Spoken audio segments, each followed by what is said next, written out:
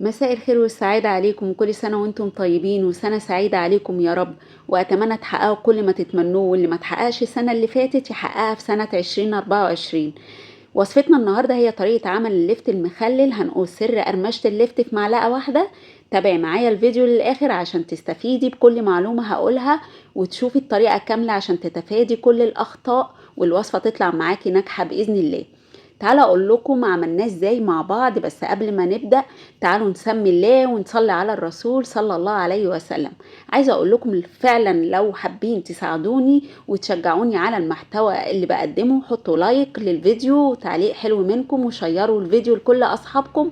انتوا كده ساعدتوني بما فيه الكفاية.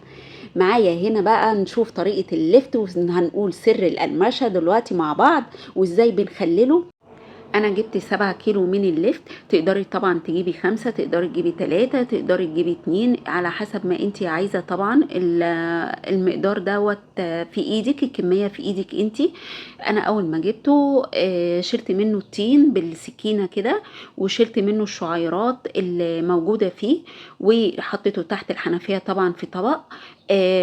سبته يبوش كده شوية، وبعد كده مسكت فرشة مخصصة للخضروات. قعدت ادعك فيه واطلع فيه منه اي حاجة مش حلوة، وشلت منه بالسكينة اي حاجة مش ظريفة او سودة من الجناب كده. تقشريها عادي من السكينة، المهم يبقى نضيف جدا معاكي. وحطيت عليه شوية خل في المية وسبته يتنقع شوية، وبعد كده غسلته غسلة تاني محترمة تحت المية. وبعد كده حطيته في مصفى وسبته ينشف كده شوية، بتاع نص ساعة كده ولا ساعة على ما تخلصي اللي وراكي. وجبت هنا بقى معايا القطاعة، وجبت معايا السكينة. هنقطع مع بعض بالسكينة او بالقطاعة. القطاعة دي طبعا موجودة في كل حتة عند بتوع مستلزمات الادوات المنزلية. زي ما انت شايفة كده. تقدري طبعا تقطعي بالقطاعة او بالسكينة عادي زي صوابع البطاطس. بس عايزة اقولك تقطعيها تخينة شوية، ما تقطعهاش رفيعة عشان ما يتهريش معاكي.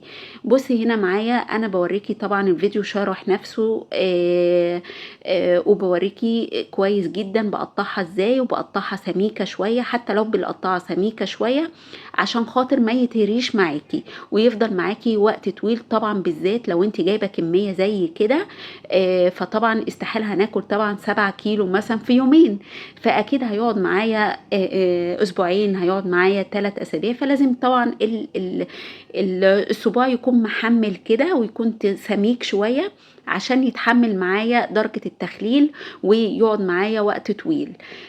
زي ما انت شايفة بقطع كده اللفت لدواير، وباخد كده كل حتة بقطعها ل4 صوابع او 3 صوابع لو صغير، او 4 زي ما انت شايفة كده بالظبط.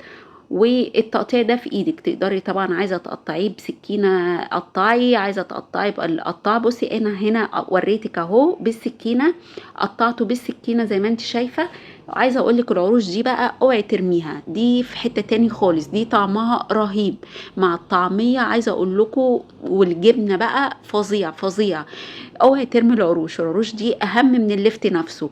بجد طعمه بيبقى خطير جدا مع اللفت. انا عن نفسي بموت فيه وجوزي بيعشقه. عايزه اقول لكم واولادي يعني رايحين جايين كده عامل زي الفاكهه. طعمه جميل جدا، والطريقه اللي بعملها دي بتخليه طعمه رهيب. وانا ما عملتهوش ببنجر، انا بحب اللون بتاعه البتنجاني اللي انتوا شايفينه ده. بيبقى بيدي اللون البنك الفاتح. عايزه اقول لكم بيبقى طعمه رهيب، ولا بحط له بنجر ولا بحط له. انا بحب اللون بتاعه ده الطبيعي، بيديني كده حاجه رهيبه. نيجي بقى للطريقة. انا حطيت هنا ملح، وحطي ملح ما تخافيش. كل كيلو عليه 4 معالق من الملح تحطيهم كده على الطبق. وترشي ملح عليه كده وتسيبيه. ومعايا هنا ربع كوباية من كوباية القهوة خل وتحطيه عليه. ومعايا هنا معلقة كبيرة من الهريسة الشطة. عايزة اقول لكم بتوديه في حتة تاني خالص، رهيب رهيب رهيب. تحفة. وتقلبي الدنيا دي كده كلها مع بعض.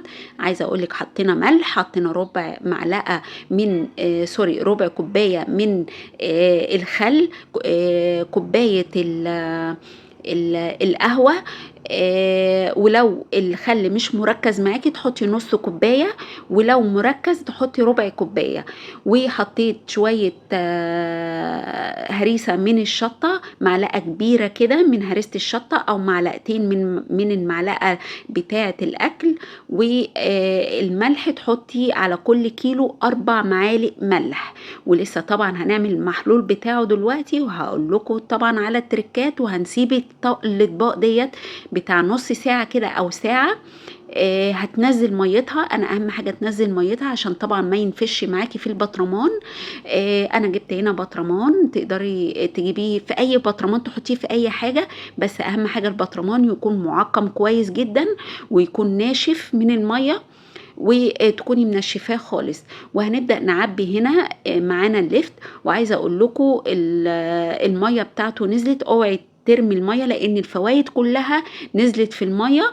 وطبعا احنا مش هنسيب لان الليفت طبعا ليه فوائد كتيرة جدا.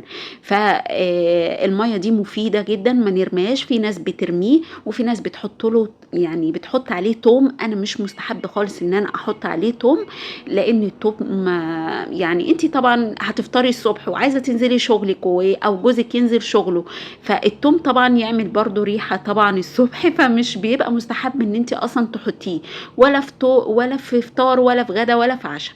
معايا هنا لتر من الميه حطيته على الميه اللي اتبقت من اللفت. عايزه اقول لك بصي هي لونها محمر لوحده، والهريسه محمره طبعا اللون، فمع اللون البينك هتدي لون رهيب. حطينا لتر هنا من الميه، وحطيت طبعا عليه اللتر برضو بحط عليه 4 معالق من الملح. هنا حطيت برضو بمعدل، انا حاطه كده بس انا حطيت بمعدل 4 معالق من الملح على اللتر الميه. لو حطيتي لتر او حطيتي 2 هتحطي 4 معالق على اللتر من الميه. واللتر هو ل4 اكواب، يعني 4 كوبايات من الميه تحطي عليهم 4 معالق من الملح بمقدار. لو انت عايزه تحطي اكياس، انا حطيت الكيس اللي هو ابو 2 جنيه، مش الكيس ابو جنيه، في بجنيه وفي ب2 جنيه. انا حطيت الكيس كامل ابو 2 جنيه اللي انت شايفاه ده، حطيته على الميه. وطبعا لازم تغطي اللفت معاكي كله ميه، والميه تكون مغليه وبارده، يعني انت غلياها وتكون بارده تماما. اوعي تحطي ميه تكون سخنه هتهري معاكي اللفت. هنا اهو زودت ميه لحد ما البطرمان اتملى. وما تنسوش تحطوا لي لايك وتعليق حلو منكم، وتشيروا الفيديو كل اصحابكم، وباي باي.